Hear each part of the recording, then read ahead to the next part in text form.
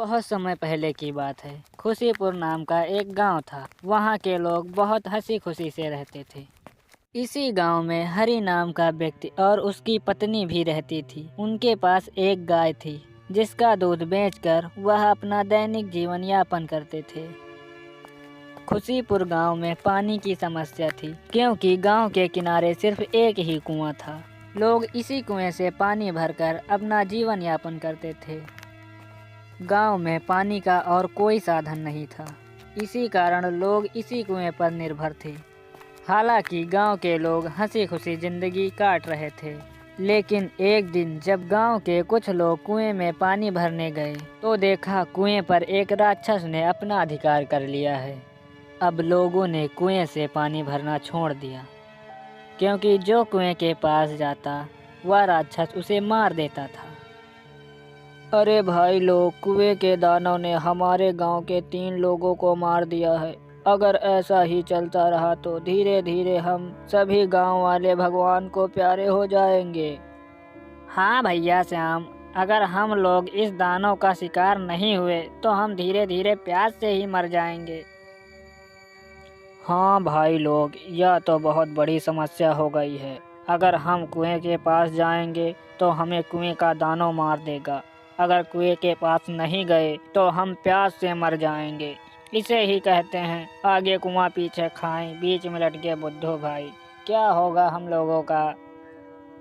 हाँ भैया, तुम सही कह रहे हो। हम लोगों को मुखिया के पास जाना चाहिए। हाँ, मुखिया के पास चलते हैं। गांव वाले मिलकर मुखिया जी के पास जाते हैं और अपनी समस्या बताते हैं। भाइयों, यह समस्या तो सच में बहुत गंभीर है, लेकिन इसका कोई ना कोई समाधान निकालना होगा। मुखिया जी, एक व्यक्ति है जो हमें इस समस्या से निकालने में मदद कर सकता है। कौन है वो? मुखिया जी, हीरालाल। हमें इस बारे में उससे बात करनी चाहिए। वह गांव का सबसे अक्लमंद आदमी है। वो इस समस्या का जरूर कोई ना कोई हल निकाल लेगा। जाओ, उससे कहो तुम्हें मुखिया जी ने बुलाया है। हीरालाल, अरे ओ हीरालाल, कहाँ हो? आया भैया, आया।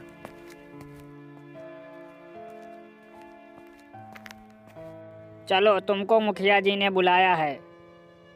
मुझे? अच्छा चलो। जी मुखिया जी, आपने मुझे बुलाया? हाँ हीरालाल, दरअसल हमारे गांव के कुएं पर एक दानव ने कब्जा कर लिया है। इसकी वजह से गांव में पानी की समस्या हो गई है। क्या तुम्हारे पास इस समस्या का कोई समाधान है? मुझे तो कुछ समझ में नहीं आ रहा। हीरालाल कुछ देर सोचता है और फिर, मुखिया जी, उस दानव से लड़ना हमारे गांव वालों के लिए आसान नहीं है, इसीलिए हमें एक दूसरा कुआं बनाना चाहिए। भैया, दूसरा कुआं बनाना इतना आसान नहीं है। हाँ भैया, आसान तो नहीं है, लेकिन अगर हम सब मिलकर मेहनत करें तो नया कुआं जल्द ही बन जाएगा। हाँ, हम सब लोग मेहनत करेंगे। हाँ, हम भी करेंगे। चलो ठीक है, फिर सब मिलकर कल से ही कुआं खोदना शुरू कर दो। सभी लोग कुआं खोदने की बात को लेकर सहमत हो जाते हैं और अगले दिन खोदने का काम शुरू कर देते हैं। कुछ दिनों की मेहनत से गांव के लोग मिलकर एक बहुत गहरा कुआं खोद देते हैं।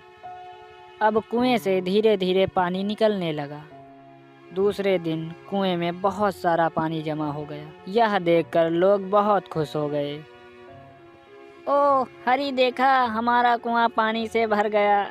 अब हमें पानी के लिए उस राक्षस वाले कुएं के पास नहीं जाना पड़ेगा। अब हम सब यहीं पानी भर लिया करेंगे। हाँ भैया, हम सब अब यहीं से पानी भरेंगे। क्यों मुखिया जी? आज मैं बहुत खुश हूँ। आखिरकार हमारे गांव को इस पानी की समस्या से छुटकारा मिल गया। ऐसे ही हंसी खुशी से दिन बीत रहे थे, लेकिन एक दिन, सुनिए जी, जरा एक मटकी पानी तो ला दीजिए, पानी खत्म हो गया है। और हाँ, थोड़ा जल्दी आना, कहीं बैठकर बातें करने मत लग जाना। तब तक मैं गाय का दूध निकाल लेती हूँ, ठीक है? लाओ 2 मटकी, मैं अभी पानी भर लाता हूँ। जब हीरालाल मटकी लेकर कुएं के पास पहुंचता है तो वहां मुखिया का मुंशी गजोधर खड़ा था और लोगों से पैसे ले रहा था। तब हीरालाल ने एक व्यक्ति से पूछा, अरे भैया, क्या बात है? मुंशी जी किस चीज़ के पैसे ले रहे हैं? अरे हरी भैया, मैं क्या बताऊं, जब से मुखिया जी गांव से बाहर गए हैं तब से मुंशी हम लोगों से पानी के बदले पैसे ले रहा है। कहता है जिसे भी कुएं से पानी चाहिए उसे पैसे देने पड़ेंगे, जो पैसे नहीं देगा उसे पानी भरने नहीं दिया जाएगा। अब तो ऊपर वाला ही जाने इस गांव का क्या होगा। इतना कहकर वह आदमी वहां से चला जाता है। तब भी हरी पानी भरने के लिए कुएं के पास जाता है। ए हरी, तुम वहाँ क्या कर रहे हो? तुम्हें पता नहीं है कि पानी भरने से पहले यहाँ पैसे देने पड़ते हैं? मुंशी जी, लेकिन यह कुआं तो गांव वालों का है, तो पानी भरने के लिए पैसे क्यों देने पड़ेंगे? अब नियम बदल गया है, इस कुएं से पानी भरना है तो पैसे देने होंगे। ये तो सरासर जुल्म है। यह कुआं तो हम लोगों ने बनाया था, तुम हम लोगों से पैसे कैसे मांग सकते हो? मुझे तरकीब मत बताओ, यह मेरा हुक्म है। जो पैसे देगा उसी को पानी मिलेगा, जो नहीं देगा उसे पानी भी नहीं मिलेगा। आई बात समझ में? यह तो बिल्कुल गलत है। मैं इसकी शिकायत मुखिया जी से करूँगा। जाओ जाओ, शौक से जाओ, लेकिन तुम्हारा परिवार को कुछ हो गया तो इसके जिम्मेदार तुम खुद होगे। मेरी शिकायत करने से पहले एक बार अपनी बीवी बच्चों के बारे में सोच लेना। गजोधर से पंगा लेना तुम्हें बहुत भारी पड़ सकता है। मेरी यह बात याद रखना गजोधर, यह जुल्म ज्यादा दिन तक नहीं चलेगा। हाँ। हीरालाल बहुत मजबूरी में पैसे देकर पानी भरता है और वहाँ से चला जाता है। मैंने कहा था ना जल्दी आना, फिर भी इतनी देर लगा दी। भाग्यवान जो हम सब गांव वालों ने मिलकर कुआं खोदा था। मुंशी ने उस कुएं पर रोक लगा दी है। मुंशी ने कहा है पानी भरना है तो पहले पैसे देने होंगे। देख लेना, एक दिन मुंशी गजोधर के पापों का अंत जरूर होगा। हम गरीबों की बद्दुआ लगेगी उसको। इतनी गर्मी में पानी के बदले पैसे, देखना मुंशी मरते वक्त एक बूंद पानी के लिए तरस जाएगा। हाँ। अरे भाग्यवान, ऐसा मत कहो। हम लोगों के साथ जो हो रहा है वो ऊपर वाला देख रहा है। देखना मुंशी को भी अपने कर्मों की सजा जरूर मिलेगी। एक दिन खुशीपुर गांव के पास से एक आदमी गुजर रहा था। ओहो, कितने जोर की प्यास लगी है। चलो इस कुएं पर थोड़ा पानी पी लेता हूँ। जैसे ही वह आदमी कुएं के पास पहुँचता है।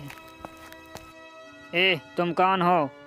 मैं एक यात्री हूँ और बहुत जोर से प्यासा हूँ। बस थोड़ा सा पानी पीने के लिए कुएं के पास आया हूँ। यहाँ पानी पीने के लिए पैसे देने पड़ते हैं। पहले पैसे दो फिर पानी पीना। ये कैसी बात हुई? पानी पर तो सभी का अधिकार होता है और ये तो सरकारी कुआं लग रहा है। अगर यहाँ पानी पीना है तो पैसे देने होंगे, वरना यहाँ से चलते बनो। और रही बात सरकार की, तो इस गांव में मेरी सरकार चलती है, समझ गए? वह आदमी बिना पानी पिए वहाँ से चला जाता है और सीधे मुखिया के घर जाता है। तब मुखिया का नौकर, तुम कौन हो? इस गांव के तो नहीं लगते। तुम यहाँ किस काम से आए हो? मैं मुखिया जी से मिलने आया हूँ, उन्होंने मुझे बुलाया था। लेकिन मुखिया जी तो घर पर नहीं हैं। तभी मुखिया जी शहर से वापस लौट आते हैं। अरे मोहित, तुम कब आए? मुझे माफ़ करना, मैं थोड़ा काम से बाहर गया था। यहाँ तुम्हें आने में कोई तकलीफ़ तो नहीं हुई? मुखिया जी, तकलीफ़ तो बहुत हुई है। मेरे गांव में तकलीफ़? वो भी किस बात के लिए? ज़रा मैं भी तो सुनूं। दरअसल मैं गांव के कुएं के पास गया था पानी पीने के लिए, लेकिन मुझे पानी पीने से मना कर दिया गया। कहा पहले पैसे दो फिर पानी पीना। क्या ऐसा किसने किया? वहाँ मौजूद एक व्यक्ति ने उसने कहा, जिसके पास पैसे नहीं उसके लिए यहाँ पानी नहीं। कुएं के पानी पर तो सबका अधिकार होता है। मुझे माफ़ करना मोहित जी, मुझे इस बारे में कुछ पता नहीं था। मैं अभी इस बारे में जांच करता हूँ। मुरारी, ओ मुरारी, जी मालिक। कुएं पर कौन रहता है? जी मुखिया जी, कुएं पर तो मुंशी जी रहते हैं। जल्द से जल्द मुंशी को मेरे पास बुला कर लाओ और सभी गांव वालों को भी बुला लेना। थोड़ी देर में ही मुंशी के साथ साथ गांव वाले भी मुखिया के घर पहुंच गए। मुंशी, तुम मुझे सीधे सीधे बताओ, जो मैं कुछ सुन रहा हूँ क्या वो सच है? क्या हमारे गांव में पानी पीने के लिए पैसे देने पड़ते हैं? नहीं मुखिया जी। मुखिया जी, मुंशी जी झूठ बोल रहे हैं। हम लोगों को पानी भरने के पैसे देने पड़ते हैं। हम लोगों के साथ बहुत गलत हो रहा है मुखिया जी। मुखिया जी, मैंने सोचा कि इस तरह पैसे एकत्र करके गांव के विकास के लिए लगाऊंगा, लेकिन अगर यह गलत है तो मुझे माफ़ कर दीजिए। माफ़ कर दूं? वो भी तुम्हें? तुमने पूरे गांव वालों को कितना सताया है, तुम्हें पता नहीं? एक मुखिया का कर्तव्य होता है गांव वालों की समस्या को सुलझाना, और तुमने समस्या और बढ़ा दी। और तुम कहते हो तुम्हें माफ़ कर दूं? मैं तुम्हें अभी इसी वक्त मुंशी पद से हटाता हूँ। मुखिया जी, मुझे माफ़ कर दीजिए। अब मैं ऐसा कभी नहीं करूँगा मुखिया जी। गजोधर, अब माफ़ी मांगने से कुछ नहीं होगा। तुम इस पद के लायक नहीं हो। गांव वालों, हीरालाल को इस पद पर नियुक्त करता हूँ। सभी गांव वालों, मुझे क्षमा करना। मेरी वजह से आप लोगों को परेशानी हुई। अब से किसी को पैसे देने की कोई ज़रूरत नहीं। सभी लोग निःशुल्क पानी भरेंगे।